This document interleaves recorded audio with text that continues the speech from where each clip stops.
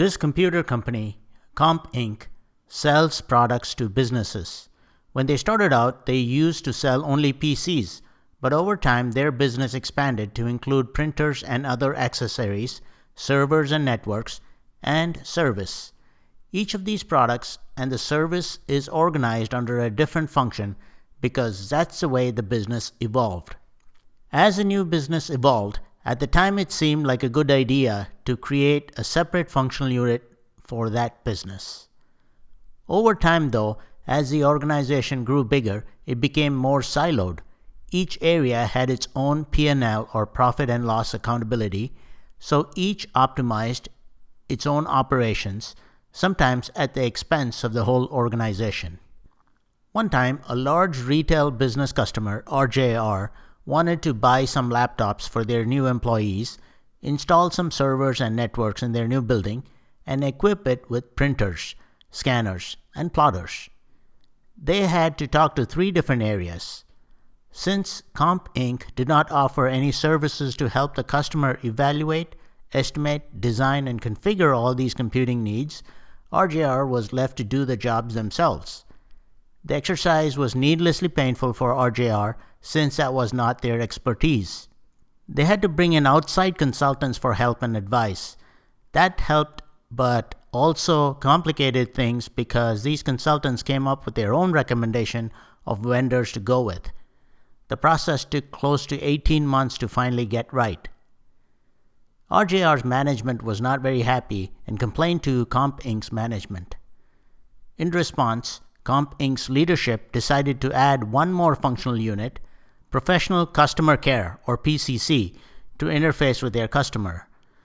The idea was touted as a silver bullet that would integrate across functional areas. The customers connected with Comp Inc. through multiple channels, the main ones being dedicated sales, online, and mobile.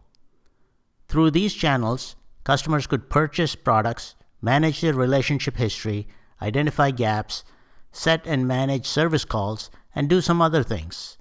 The channels themselves were managed by the channel group function. So the PCC essentially sits between the business and the channel to serve as an intermediary between the customer and different businesses. Well, this still did not work out as planned.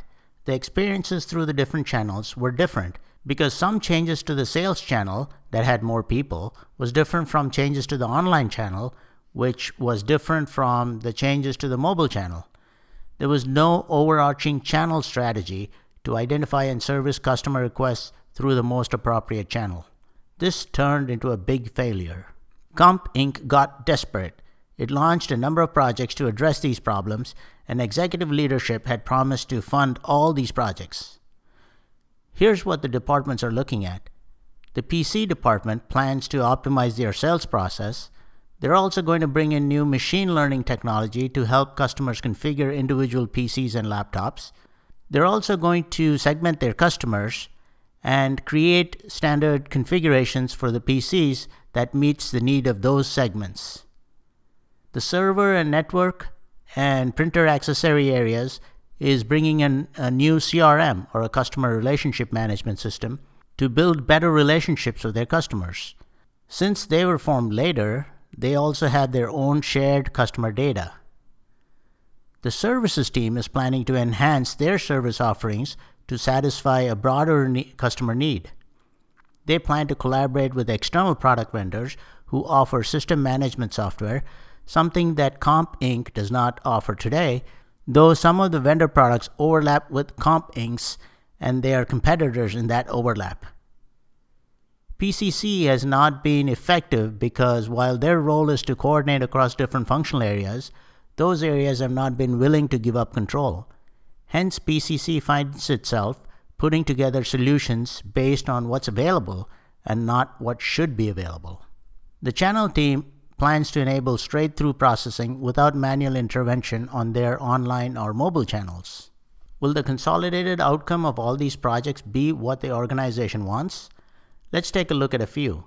The customer experience is probably not going to improve with different systems being used to manage their data. In fact, the relationship management on one side will be a stark contrast with the transaction-based interaction on the other. While one area updates their sales process, the overall sales process is going to be fragmented if a customer chooses to buy products across many functional areas. Bringing in machine learning for smart configuration is a great idea, but it's not being leveraged across the enterprise. We'll have different ways of segmenting customers, not just different segments. These different ways will make it difficult down the road to offer any kind of consistent customer experiences. So there you go, all well-intentioned, but this is going to make things worse. Management thinks they can solve the problem by adding yet another area or approving all projects. This is better than the old take of reorganizing when things don't go right, but that's not enough. Rather, what is needed is enterprise engineering or architecture, which will help in making the parts fit together better.